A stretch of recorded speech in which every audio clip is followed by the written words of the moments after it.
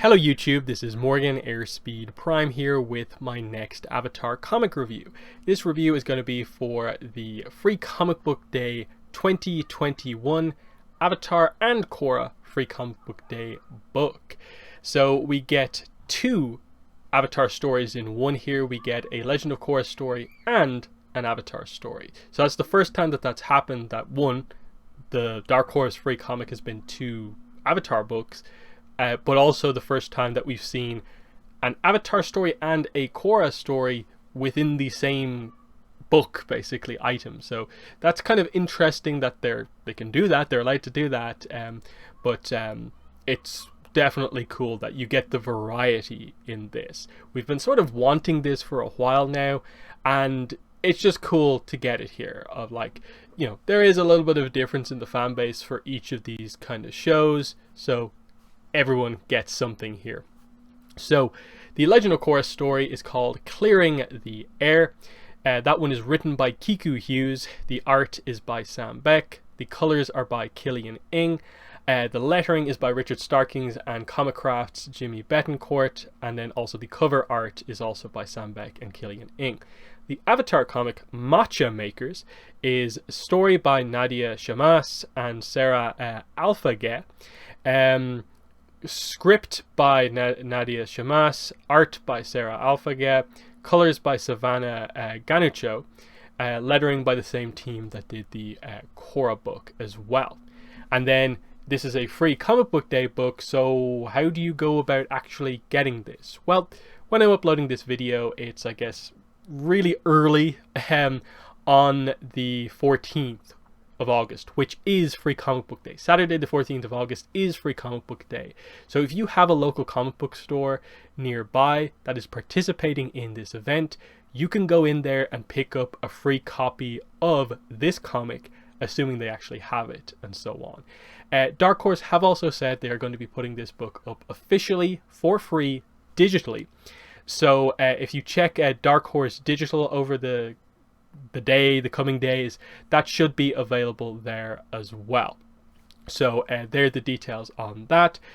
Myself, I have to thank one of my viewers, 14, for sending me kind of the pictures from this book so I could prepare in advance to do this video, so I can get it out sort of earlier, so that, you know, you guys can check this out as soon as possible. So thanks again to 14 for sending me these pages here. Yeah, without further ado, I guess let's get into reviewing this. Overall, what I'm going to say here is just that both stories are great. They're both, you know, different. They've both got sort of slightly different tones to them, but they're both fantastic. The Tenzin one, of course, is the one that has all the references. It surprises you because, like, it did a flashback that you didn't maybe expect them to do. The Iroh one connects some dots that you were kind of wondering about on a technical point with regards to his spirituality quite nicely, and then it's just very fun from a character point of view to see Iroh put in this kind of slightly different position, and it's nice. It doesn't quite maybe have the depth in a way that maybe the Korra comic has, but it's really nice character writing for Iroh. Either way, both books are great, and I think both are must reads for Avatar fans. So 2 thumbs up from me, absolutely, with both of these stories. You definitely should go out of your way to read these. These are very much in line with the style of stories like the Friends for Life, you know, where Korra met Naga, the likes of Rebound, Shells, and so on, the best of the sort of short stories that we've had, for sure. So that is, you know, the praise to give it here in terms of context. So we'll start with the Korra comic, since it is the first book in this Free Comic Book Day book. So Clearing the Air, and we open up with Tenzin trying to meditate outside on Air Temple Island. There's noise coming from inside, and he comes in to find kind of chaos happening. Iki and Jinora are sort of shouting at each other. There's an argument going on, and Milo is his usual chaotic self, air scootering around the place, causing a little bit of chaos. Jinora reveals that Iki has torn Tenzin's scroll, She says it was an accident. Some nice funny dialogue here of like, tell that to the metal bending police when they come to take you to jail, Iki. But Tenzin comes in, calms everyone down, and is like, I'm going to tell you a story from my childhood, basically as an attempt to try and resolve this. Again, more funny dialogue. Iki does say, I think I'd rather go to jail than hear this story. But he says, I'm going to pretend I didn't hear that.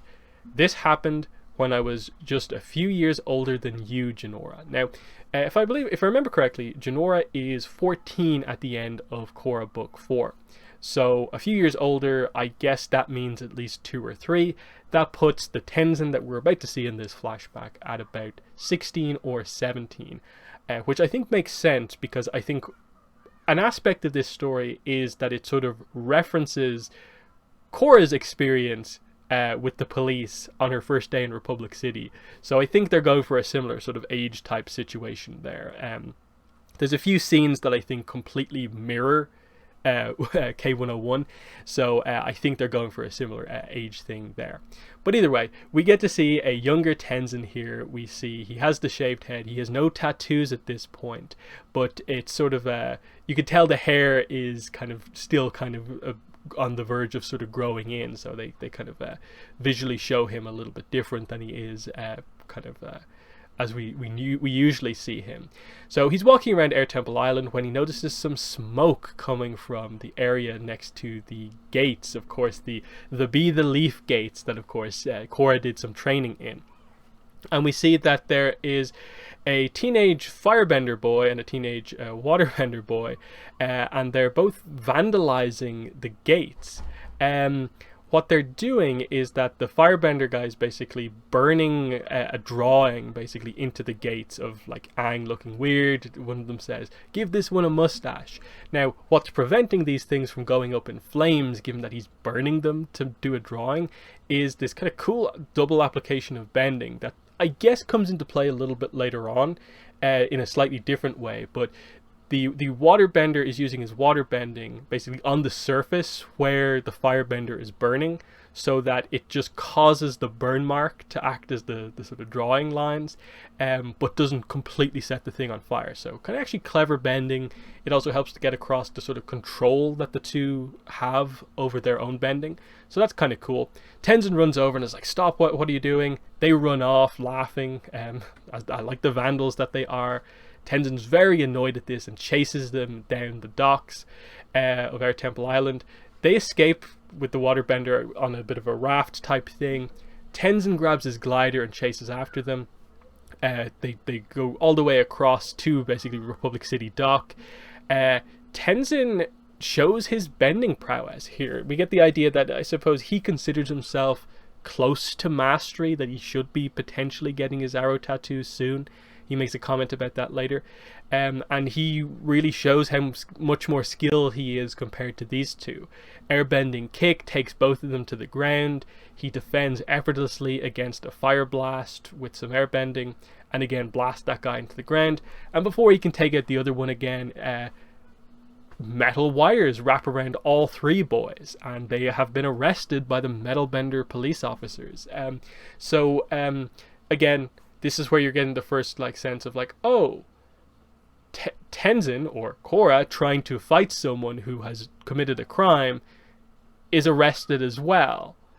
Arrested for theoretically doing the right thing, and you see the kind of similarity that they're going for here. The cops are like, isn't this the Avatar's kid? Chief Beifong's going to want to see this. So we cut straight into the police headquarters here, and the 3 of them are sat there right in front of Toph. So we get to see Toph in this flashback as well. She's surprised to see Tenzin here. Isn't surprised to see the other 2 there, because they are troublemakers. And she's like, as much as I love a good fight, this was getting quite serious. Some bones could have been broken, so that's why the officers had to step in. Tenzin explains himself that, look, I went after them because they damaged our airbending gates. They were burning it. I couldn't let them get away with it. She just points out that you could have called the cops basically and had us deal with it, but you did some vigilante justice, and that's the problem. So Lin, I think, lays it on a bit thick again with Korra, and it makes you sort of like not quite like Lin early on. Toph, I think, just kind of says it like it is. I don't think she's overly mean to Tenzin here. She just explains the situation of like, you broke the law here. I'm not trying to be super harsh with you here. This is just what happened. Knock at the door, and who walks in but Aang? So Aang is here. And again, this is meant to reference the idea that who walked in with Korra and Lin? It was Tenzin to save Korra, but it's Aang here to save Tenzin. So very much mirroring that scene, but slightly different. So Aang explains that like, we'll pay for any damage that's been caused. I'm so sorry about this. Toph is just like, don't worry your pretty bald head about it. Nothing was damaged but the gates, the airbender gates. As for the fight, I'm letting Tenzin off with a warning. We go easy on first-time offenders, unlike the other two boys here who are going to be spending the night in the slammer. And she gets all serious and aggressive here.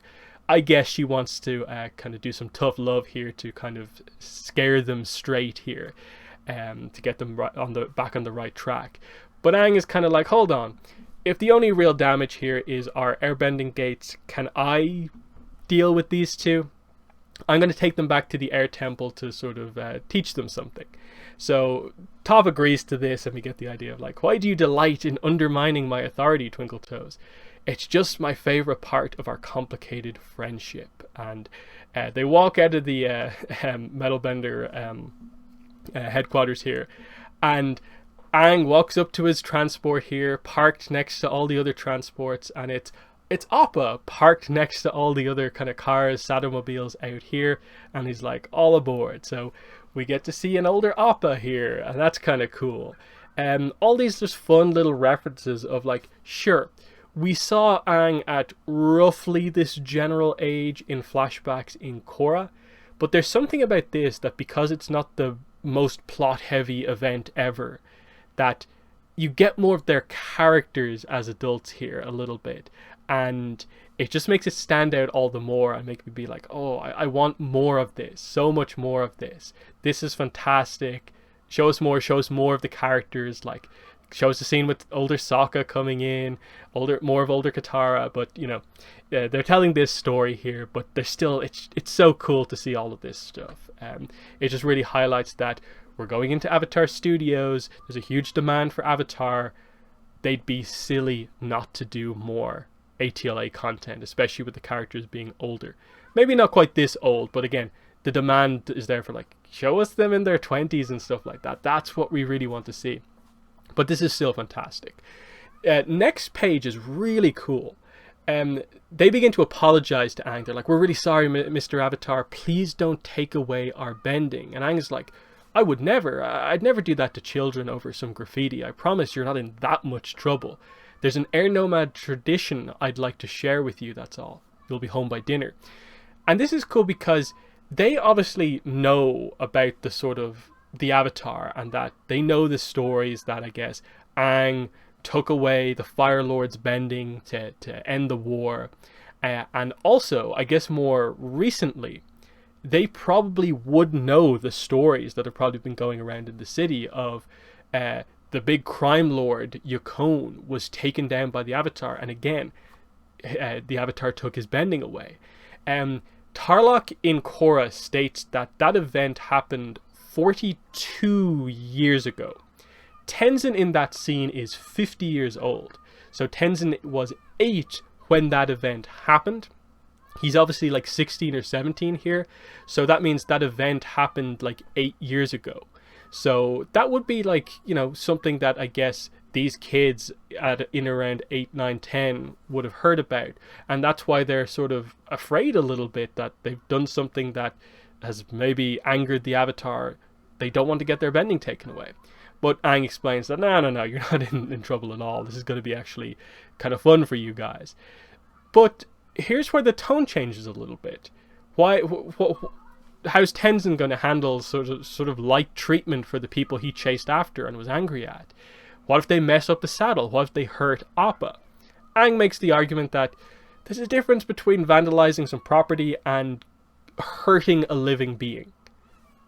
Get up on Appa. So they all get on Appa, they leave, and they have a bit of a discussion back and forth here. I can't believe you're just going to let them get away with everything. And he says, I know you're going to tell me this is why I haven't earned my arrows, because I'm not supposed to get angry or use my bending to attack, even when they deserve it. So you're seeing here that like Tenzin is honestly angry about this, and he's defending that like I think I'm right to be angry in this situation, and he thinks like he knows what Aang's going to say. He says they deserved it, and I'm supposed to keep the Air Nation culture alive, but because of them I couldn't even protect the airbending gates. Aang just says, Tenzin, the gates aren't important, you are. You could never let me down, just as you could never let the Air Nation down. We live on in you. I'm sorry that you have to bear that responsibility, but I trust you wholeheartedly with it.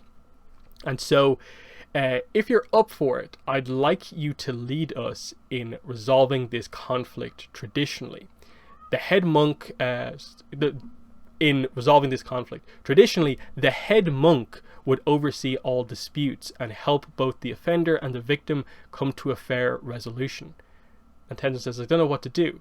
I'll guide you through it. And so the last couple of pages of this is Aang explaining what this cleansing the air ritual is, and how the air nomads would deal with minor conflicts like this. They wouldn't put someone behind bars for a little incident like this.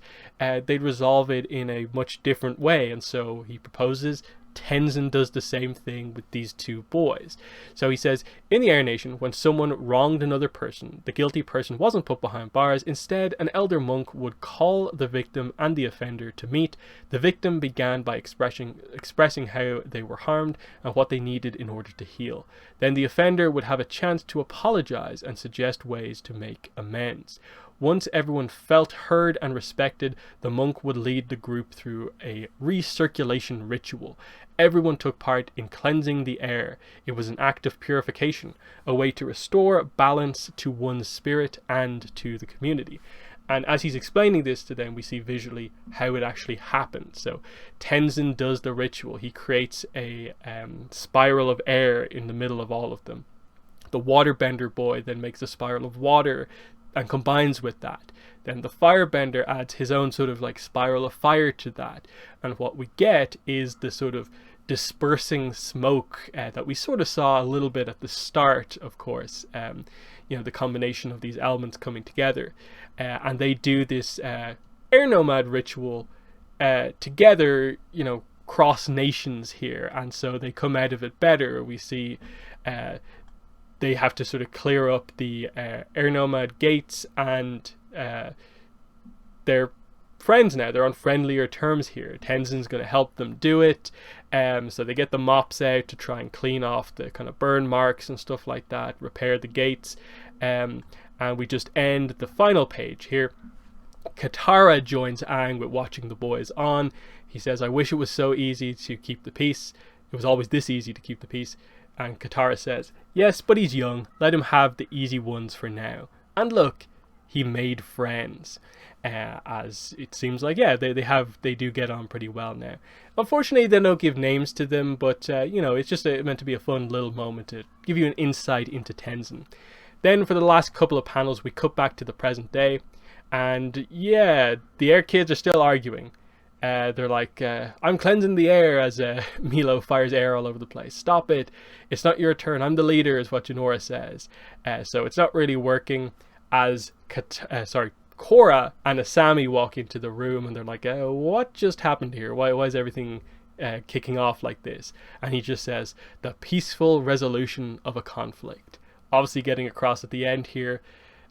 His situation was a little bit different than this, because this is just, I suppose, sibling back and forth banter. This doesn't necessarily require conflict resolution, and he just kind of maybe misplaced where to actually tell the story. But still, kind of cool stuff. It makes sense for the tone they were going for with Tenzin, of just that the story was sort of was going to fall on deaf ears a little bit overall. But just really cool. All the little references, even Korra and Asami coming in at the end is great. But getting to see Katara, Appa, Aang, Toph, but just seeing a younger Tenzin and here's that sort of you know, a little bit of like anger. Like you can tell like he takes himself very seriously as an adult, but you can sort of see it here. It's almost even more serious, and there's maybe a little bit more anger behind it, and that there's frustrations surrounding the fact that he does feel a lot of pressure to sort of be the perfect air nomad, but he's not. And they don't go into too much depth, but they touch on it a little bit, and I like that. And it shows that like Aang's approach was to try and like not overly pressure him by like saying like no you're doing a good job, like don't worry about it, basically. And I just really like the way that they did that. You know, you could never let me down or the Air Nation down. I trust you with this responsibility, though I'm sorry that it has to be you alone to bear it. But Tenzin wants this, is what we know, and he puts sort of pressure on himself to sort of be better. And that's just really good. I just think that's really strong writing, strong storytelling, and it's just a glimpse into what at least maybe some Avatar Studios project could be, of like if they could capture aspects of this in one of their projects, they'd have it 100%. I think that they would definitely, because this is just so fun to see, and I want more like this gap period that we only know a few little instances of through Korra flashbacks with like Lin and Sue, or the Yukon flashbacks, those type of things. But anyway, we'll move on to the other short story here. This is the Avatar book. It's called Matcha Makers. So we start here in the Jasmine Dragon, Iroh's tea shop in Ba Sing Se. The day is nearly over here, so there's only one more customer left to serve. And we see that the person that Iroh has working for him here is a girl called Feng. And he's like, okay, Feng, you can head home for the night. There's one more customer left. And Iroh's like, no, I'll get this one, you head home. And so he goes over. We notice straight away that this woman has her eyes on Iroh, of course. He's like, anything else I can get for you? Oh no, I'm sorry for keeping you past closing. I was just enjoying this tea so much, I wanted to savor it. He's like, please, no apologies necessary. I'm just happy our tea brought you such pleasure. And she says, it's not only the tea. And she's like, I mean, you have a really special shop here. And Iroh sort of compliments her and says, excellent customers, of course. She introduces herself and says, I'm Li Mei. Iroh, I know. Well, I'm pleased to make your acquaintance, Li Mei. And he says, look, you have some tea leaves in the bottom of your cup. May I? He says, it looks like a swan. A swan symbolizes good luck and a new love. And she's like, I certainly hope so. And they both sort of blush at each other here. And she says, you know, I better get going until next time. And he says, I'll be here. So a nice sort of first meeting here. Things going well so far. And it's like, okay, a kind of blossoming romance for Iroh. This is kind of cool with Li Mei. But we cut to nighttime here, and Iroh's in the shop, in the back room, I guess. And he makes some tea, and we see the kind of flowers that he uses, the different ingredients, the cup he makes it in, and so on, the water, everything. He sets it up, he puts it down, and it's for the spirits, because a few spirits are here with him in the tea shop, and they're his friends. He says, hello again, friends. And they're obviously Korra Book 2 style spirits. And what I really like about this is that finally we get some sort of connective tissue, more heavy connective tissue, between Avatar's version of spirits and Korra's version of spirits. And it being done through Iroh, I think, is the most effective way to do it, given where he ultimately goes at the end of his mortal life into becoming a spirit. And the thing that I think I really like here is that because this is an Avatar comic, like this is set relatively close to ATLA, I like that this is clearly the sense that these are spirits who are still in the physical world. The portals are still closed at this point, so he can see these spirits purely because of his own powerful spirituality. Something we knew about since 107, Winter Solstice Part 1, where he saw the spirit of like Fang and Aang kind of flying through the air, which established that he could see spirits, which is basically the same ability that Jinora is revealed to have in Korra Book 2. They specifically touch on it in the episode The Guide, where it's revealed that the spirits show themselves to her, And when she says, show yourself to everyone, they can be seen by other people. So it's nice to get that full connection of like, this is super clearly Iroh demonstrating the exact same thing that Jinora has, because seeing the avatar spirit is a little bit different than seeing, like, I suppose, actual spirit, kind of. And so the connection here is really nice, getting across that, oh yeah, Iroh is super, super spiritual, like one of the most spiritual characters in the franchise. And, you know, we always, I think, primarily consider like Jinora on that level, but no, they're getting across Iroh's on that level too. Absolutely. So the spirits here, he says, I have something special for you all today. I call it the White Lotus style. It's a pale tea, very delicate, but layered with sweetness, complexity, and strength. Reminds me of someone I just met, actually. Ah, but those days are long behind me. And we see he goes from sort of revealing that he actually is interested in Li Mei, but then talks himself out of it, that I'm too old, there's been too much experience, I don't deserve this, I don't need this, or whatever. He says, I've lived a long life with many challenges, but also many victories. I finally reached a place where I'm content. Not many people are lucky enough to have such fortune, and it's a foolish person who asks for more when he already has so much. Perhaps it's best to leave things as they are now. And what we do cut to in this final panel on this page is the spirit sort of looking over at the cup that Iroh's holding, which still has the lipstick from Li Mei on it. So they begin to sort of hatch a plan here. They're not talking to Iroh here, but they show that there are still intelligent beings here. They're still intelligent spirits. They know exactly what's going on here, and so they try to set Iroh up. So that's kind of cool. So Fang is like, oh, that woman is back. I'm going to serve her tea. So she walks out with her order. And what the spirits do is that they put a sheet of paper under Fang's foot and cause her to fall. So that basically she doesn't serve tea to Li Mei, which leaves the opening for Iroh to do the replacement order by doing it himself. So he goes over, says that he's going to do that. He picks up the tea.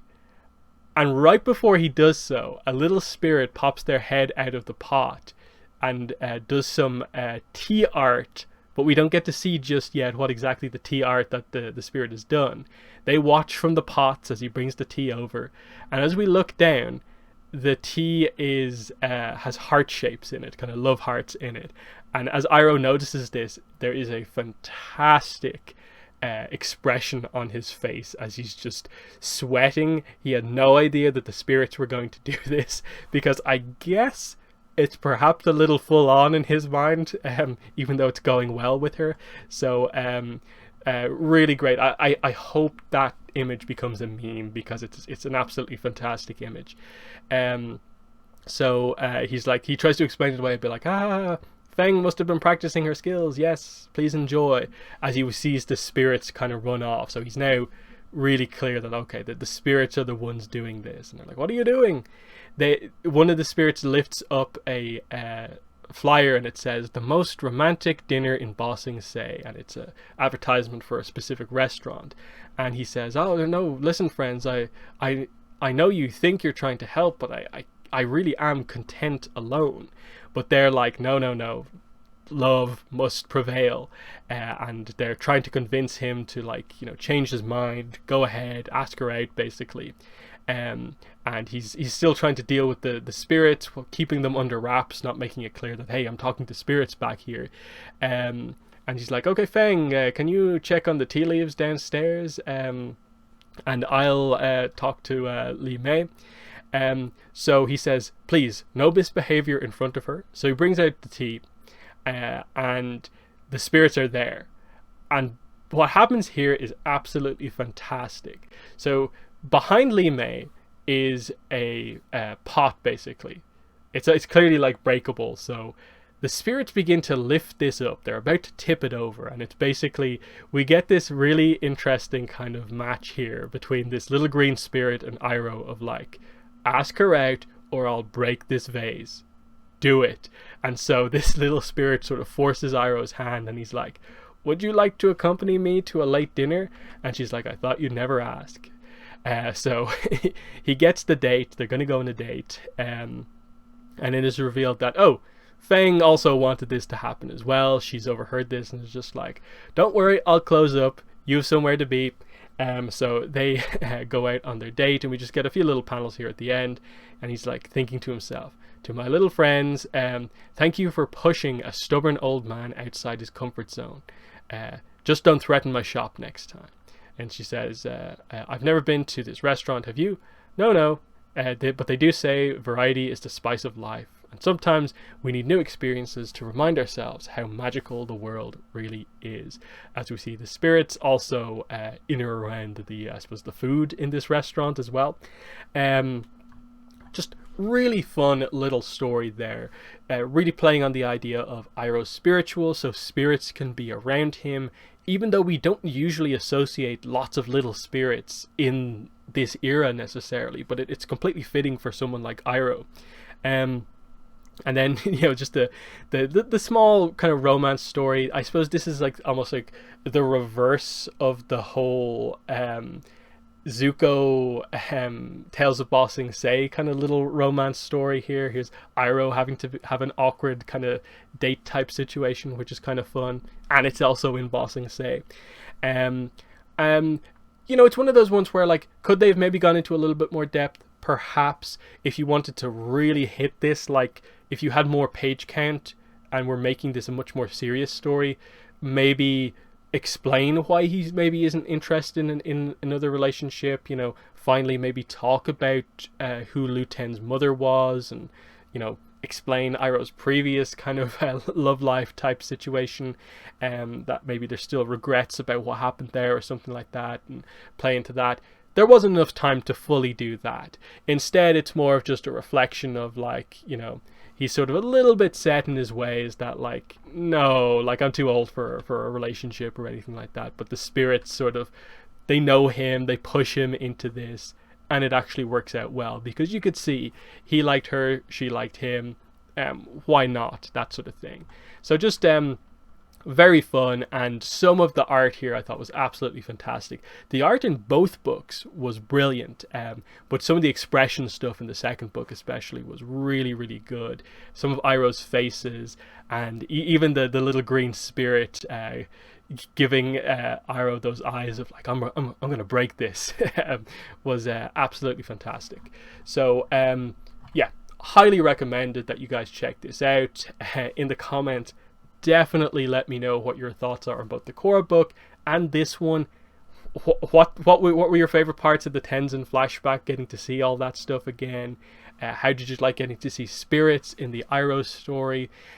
Just overall, everything about this year's Free Comic Book Day book, what were your thoughts on it? It definitely completely exceeded my expectations, and again, it makes me wonder, why didn't they hype this up more, given what the content actually was? The description for this book should have been the description that they have at the start of this book. I don't know why it wasn't like this. Admittedly, there's a bit of an error in this description, but the core of it, I think, is fine. It actually explains that, you know, first, Tenzin relates the tale of a fight he had as a youngster, and what the confrontation helped him to discover about his heir and heritage. In the second story, Uncle Iroh's tea shop is the center of some strange spirit activities. Humans and spirits together give Iroh the push he needs to do something exciting that's outside his normal comfort zone. Why didn't you say that? There'd be so much more hype surrounding these two books ahead of release if you had just told us a little bit more, but everything felt like it was behind.